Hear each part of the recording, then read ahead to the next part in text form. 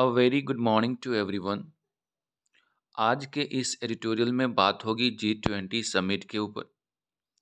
और G20 से related ये टॉपिक बहुत ही इम्पोर्टेंट होने वाला है, क्योंकि इसमें भारत के लिहाज से इसकी एक बहुत ही बड़ी इम्पोर्टेंस इस बार है। क्योंकि जो अगला G20 समिट होगा, जिसकी प्रेसिडेंसी भारत करेगा, यानी भारत इसकी अध्यक्षता करेगा। और अगर हम लोग इनकम्बेंट प्रेसिडेंट ऑफ G20 की बात करें तो हमारे नरेंद्र मोदी हैं। यानी कहने का मतलब ये हुआ कि अगले बार G20 की बैठक जो होगी हमारे देश में ही होगी। अब इस लिहाज से ये टॉपिक इम्पॉर्टेंट हो जाता है। पहली बात, जो मौजूदा G20 समिट चल रहा है वो इंडोनेशिया में चल रहा है, और इंडोनेशिया भी G20 का एक सदस्य है। इंडोनेशिया का जो जगह है बाली, वहाँ पे अभी मौजूदा समिट चल रहा था। और आप जानते होंगे, न्यूज़ चैनल के माध्यम से आपने देखा होगा कि दुनिया के बड़े बड़े लीडर्स वहाँ पे इस समिट में शामिल होने के लिए पहुँचे हैं। जिसमें कुछ अगर नाम लिया जाए तो जो बाइडेन से लेकर के चाइना, जो हमारा पड़ोसी है और साथ ही हमारा एक प्रकार का दुश्मनी है उसके साथ, वो भी वहाँ पहुँचा हुआ था। और अभी फ़िलहाल चाइना और अमेरिका में कुछ दिनों से ताइवान को लेकर के तनातनी थी। इस बीच बाइडेन और शी जिनपिंग यानी चाइना के जो प्रेसिडेंट हैं, उनके बीच में मीटिंग भी हुई है। और इन सब चीज़ों को लेकर के G20 अगर देखा जाए इंडोनेशिया का एक तरह से सफल इवेंट माना जा सकता है। Now it is challenge for India to organise in a well manner, and that we shall study in this very editorial. The very first thing that you must understand what is the meaning of this particular word. Pragmatism. Pragmatism stands for practical.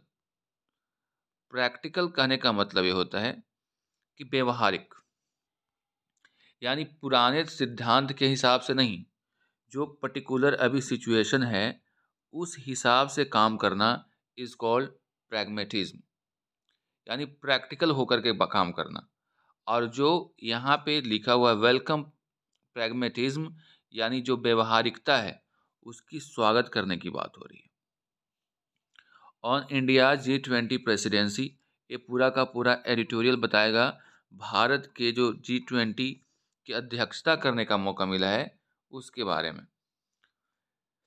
India during its presidency of G20 need to bring all nations in line with its vision. यहाँ पे एक सलाह दी गई है, कहा गया है कि भारत ड्यूरिंग इट्स प्रेसिडेंसी, यानी जब तक ये G20 का भी प्रेसिडेंट बना हुआ है, अध्यक्षता के दौरान, यानी भारत अपनी G20 की अध्यक्षता के दौरान नीड टू ब्रिंग, इसे ज़रूरत है कि सारे जो देश हैं उसको अपने दृष्टिकोण के अनुरूप लाए।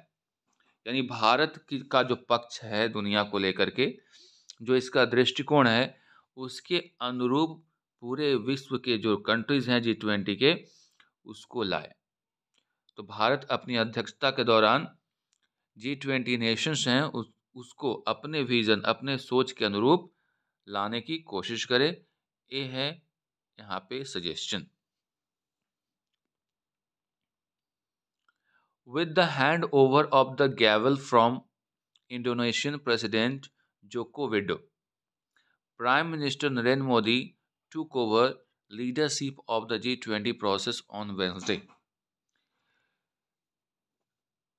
इंडोनेशिया के प्रेसिडेंट जोको विडोडो के द्वारा गैवल एक सिंबल है, आप देखते होंगे कोर्ट वगैरह में जो हथौड़े जैसा जो रहता है जिससे ऑर्डर करता है, एक सिंबल है, तो दिया जाता है अगले देश को जो कि अगली बार अध्यक्षता करेगा G20 की। तो इस गैवल को सौंपे जाने के साथ ही, यानी इस नेतृत्व को सौंपे जाने के बाद ही अब भारत के जो प्रधानमंत्री को सौंपा गया है, क्योंकि भारत अब इसकी मेजबानी करेगा, होस्ट करेगा। तो ऐसे में जो अभी मौजूदा जहाँ पे G20 समिट चल रहा है वो देश है इंडोनेशिया। वहाँ के प्रेसिडेंट हैं जोको विडोडो। उनके द्वारा भारत के प्रधानमंत्री को गैवल सौंपने के साथ ही भारत ने G20 प्रोसेस का जो लीडरशिप है वो अपने आप में ले लिया, यानी उसकी अध्यक्ष बन चुका है।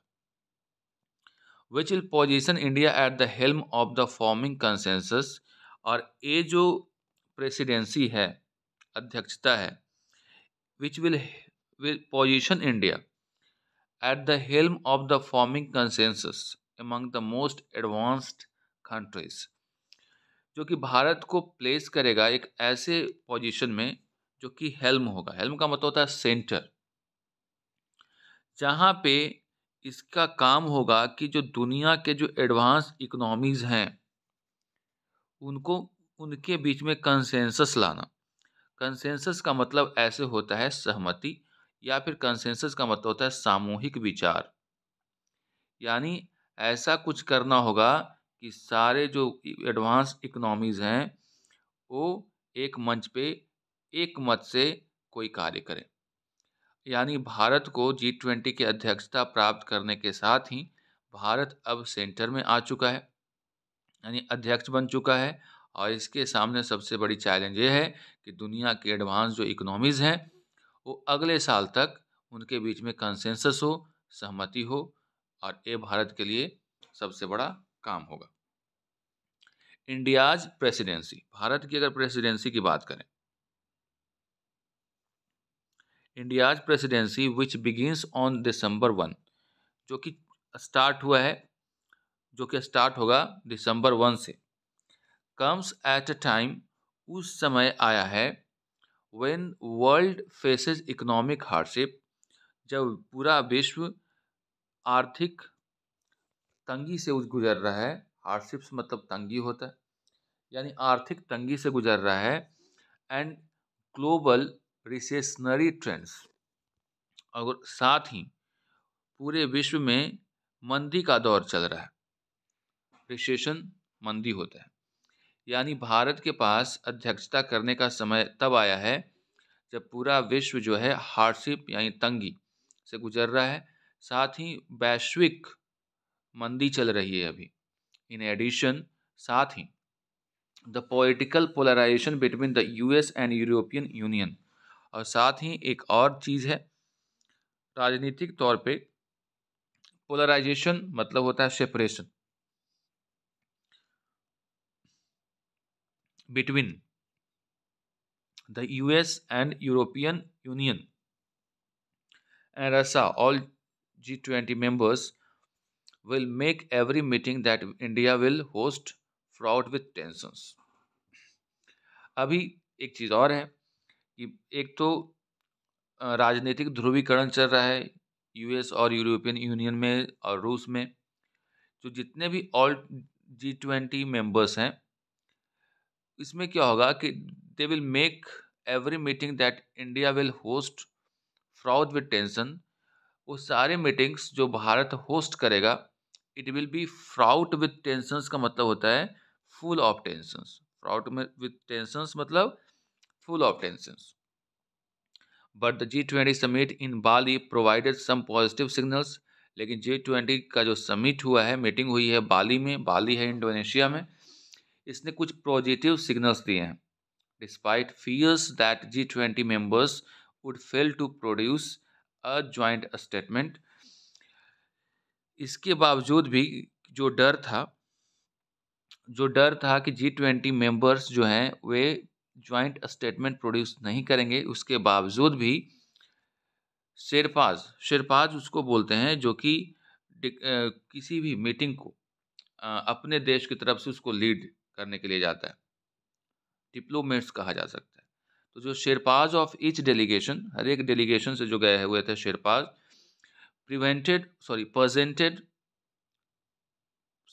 preserved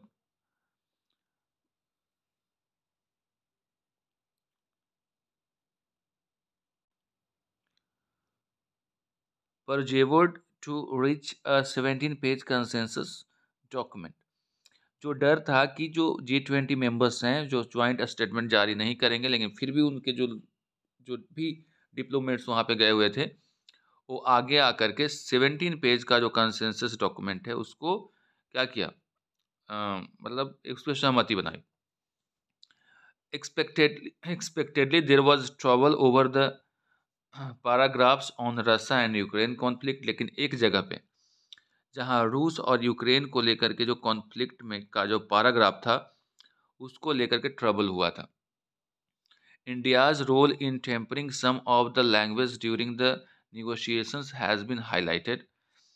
भारत का जो रोल है जिसमें टेम्पर का मतलब होता है कि उसको सुधारना, सुधार करके करना, तो लैंग्वेज को जो सुधार करके जो यूज किया गया है निगोशिएशन के दौरान, मतलब आपसी बातचीत के दौरान, समझौते के दौरान, इसको हाईलाइट किया गया। And Mr Modi phrase at SCO summit, और नवंबर के महीने में, सितंबर के महीने में 15 से 16 सितंबर एससीओ की मीटिंग हुई थी। एससीओ का मतलब होता है संघाई कोऑपरेशन ऑर्गेनाइजेशन। तो संघाई कोऑपरेशन ऑर्गेनाइजेशन की जो मीटिंग हुई थी सितंबर में, उसमें मोदी ने एक फ्रेज यूज किया था। मोदी जी के द्वारा एक फ्रेज यूज किया गया था और उसी फ्रेज का इस्तेमाल यहाँ पे किया गया है इस स्टेटमेंट में, जो फाइनल स्टेटमेंट बना उसमें। और वो जो फ्रेज बोला गया था मोदी जी के द्वारा वो था not an era of war, यानी ये जो एरा है वो युद्ध का नहीं है। तो मोदी जी के द्वारा एससीओ समिट में दिए गए भाषण में एक जो फ्रेज यूज किया गया था उसका इस्तेमाल फाइनल स्टेटमेंट में किया गया। The majority of the G20 leadership was not in favour of equating on the conflict. अब देखिए, ज़्यादातर जो G20 के सदस्य थे वो लीडरशिप जो थी वहाँ पे वो फेवर में नहीं थे कि इक्विवोकेट करें। इक्विवोकेट करना का मतलब होता है किसी भी बात को डुबियस तरीके से रखना, यानी कहने का मतलब ये हुआ कि स्पष्ट ना बोलना। तो कॉन्फ्लिक्ट को लेकर के कई देश जो थे वो गोलमोल जवाब देते और कई देश स्ट्रेट फॉरवर्ड होना चाहते थे, as India and few other countries have been doing, and the joint communique said that most members strongly condemned the war in Ukraine। जैसे भारत जैसे कुछ और भी देश जो थे वो स्पष्ट तौर पे यूक्रेन और रूस के युद्ध के बारे में नहीं बोल रहे थे, जो कि कई देशों को वहाँ पे बुरा लगा। कई देश चाहते थे कि ये भी खुल करके इसकी आलोचना करें, लेकिन भारत जो है वो लैंग्वेज का इस्तेमाल किया जिसमें ड्यूबियस लग रहा था, ऐसा लग रहा था कि जो कि दोनों बात कहना चाहता है, एक तरफ युद्ध भी ना हो और दूसरी तरफ रूस की आलोचना भी नहीं करना चाहता है। तो ऐसे में कुछ देश इस बात को लेकर के खफा थे कि नहीं, जो बात होनी चाहिए वो स्पष्ट होनी चाहिए। इसलिए कई देश ऐसे भी थे वहाँ जो कि इन दोनों के युद्ध को, कॉन्फ्लिक्ट को, विवाद को ज्वाइंट स्टेटमेंट में स्ट्रांगली कंडेम्ड किए, निंदा किए। It was a positive sign that while Russia protested the statement, और एक पॉजिटिव साइन था कि रूस जो है वो जो स्टेटमेंट दिया गया था कुछ देशों के द्वारा उसका विरोध किया। इस फॉरेन मिनिस्टर जिनका नाम है Sergey Lavrov was present. Russia के जो फॉरेन मिनिस्टर हैं जिनका नाम है Sergey Lavrov was present there, and President Putin's absence actually contributed to a more manageable summit for Indonesia. और वहाँ के यानी रूस के जो प्रेसिडेंट हैं पुतिन का जो वहाँ पे एब्सेंस रहा, यानी अनुपस्थिति रहा, वो ऐसा लगा कि किसी तरह से मैनेज किया गया है समिट को इंडोनेशिया में, यानी मैनेजेबल था, यानी अगर वो होते तो और अच्छा होता, ये कहना चाह रहा। The fact that Mr Modi also extended his hand to Chinese president Jinping, यानी ये फैक्ट कि मिस्टर मोदी ने भी अपना हाथ बढ़ाया चाइनीज प्रेसिडेंट शी जिनपिंग के लिए ड्यूरिंग द वॉन्कट। वॉन्किट का मतलब होता है जब एक सामूहिक भोज दिया जाता है, उसमें भाषण दिया जाता है। Is in contrast to their story demeanour at the SCO summit in September and could signal a thaw in talks between them for the first time since LAC standoff began in 2020. जो मोदी की मुलाकात कहिए या फिर handshaking कहिए सी Jinping के साथ खाने के दौरान, जो कि एक स्टोरी के उल्टा है, contrast to their story, stony stony sorry story नहीं है, स्टोनी डिमीनर। डिमीनर वर्ड का मतलब होता है कि जो आपकी सोच है उसके खिलाफ है। यानी भारत जो है एससीओ समिट में भी चाइना से के प्रेसिडेंट से नहीं मिला था, जो सितंबर में हुआ था, लेकिन इस बार हाथ मिलाना या फिर आगे बढ़ कर के मिलना वो दर्शाता है कि थॉ थॉ का मतलब होता है नरमी, कि दोनों के बीच में जो टॉक थी जो कि पूरी तरह से गर्म हो चुकी थी, उसमें कुछ नरमी देखने को मिली है पहली बार। कब से? जब से एलएसी पे स्टैंड ऑफ की स्थिति हुई है, एलएसी पे जो झड़प हुई है, उसके बाद से G20 के समिट में ये देखने को मिला। यानी इससे पहले दोनों लीडर एक दूसरे से मिलने से बच रहे थे। सितंबर में एससीओ की बैठक हुई थी, उसमें भी भारत चाइना से मिलने से या बात करने से इनकार किया था। तो जो सोच है उसके विपरीत इस बार देखने को मिला है, ये भी एक पॉजिटिव साइन है। While Mr. Modi may have to explain the shift domestically, his decision to speak to the Chinese president also reflect the practical reality that India as host of G20 and SCO in 2023. हालांकि भारत के जो प्रधानमंत्री हैं उनको in explain करना पड़ेगा अपने घरेलू पिच पे, यानी देश के लिए, कि उन्होंने क्यों डिसीजन लिया चाइना के प्रेसिडेंट से मिलने के लिए। लेकिन अगर प्रैक्टिकली देखें तो भारत जो है G20 होस्ट करने वाला है, साथ ही एससीओ संघाई कोऑपरेशन ऑर्गेनाइजेशन को भी वो होस्ट करने वाला है, और it will need to ensure the full participation. इसमें ज़रूरी होगी कि जितने भी देश हैं, चाहे आपका दुश्मन ही देश क्यों ना हो, वो भी इसमें पार्टिसिपेट करें। दैट इंक्लूड राइवल्स, जो कि आपके प्रतिद्वंदी भी हो सकता है। राइवल्स का मतलब होता है प्रतिद्वंदी, सच है China and Pakistan. More such pragmatism will be necessary for India. और भी कुछ प्रैक्टिकल चीज़ें होंगी जो भारत के लिए ज़रूरी होंगी in its year of G20 presidency, यानी इसके G20 प्रेसिडेंसी के दौरान, विद अबाउट 200 मीटिंग्स प्लान, जिसमें कम से कम 200 मीटिंग प्लान है G20 में। To achieve this, New Delhi will have to bring on board all countries with its vision for the forum's future. और इसको अचीव करने के लिए भारत को कोशिश करनी पड़ेगी कि जितने भी कंट्रीज हैं एक बोर्ड पे, एक मंच पे आएँ और उसके विजन के साथ चलें, ताकि फोरम का जो फ्यूचर है आगे ठीक रहे। Steering on the world's economic leadership. Steering का मतलब होता है controlling the world economic leadership through this difficult phase. यानी स्टीयर करना मतलब उसको गति प्रदान करना, किसको? इकोनॉमिक गतिविधि को, ताकि जो डिफ़िकल्ट फेज है उससे निकला जा सके। And preparing for future perils.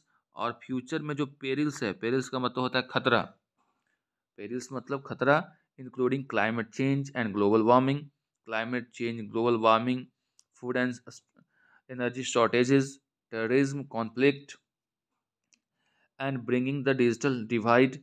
तो इन सब जो प्रॉब्लम्स है, उस यानी खतरा है आगे फ्यूचर के लिए, उसके ऊपर सहमति बने, इसलिए भारत को प्रयास करना होगा। तो G20 की बैठक के बारे में बात थी। G20 की स्थापना 26 सितंबर 1999, I think. You will have to confirm the year. That's all for today, see you in the next video.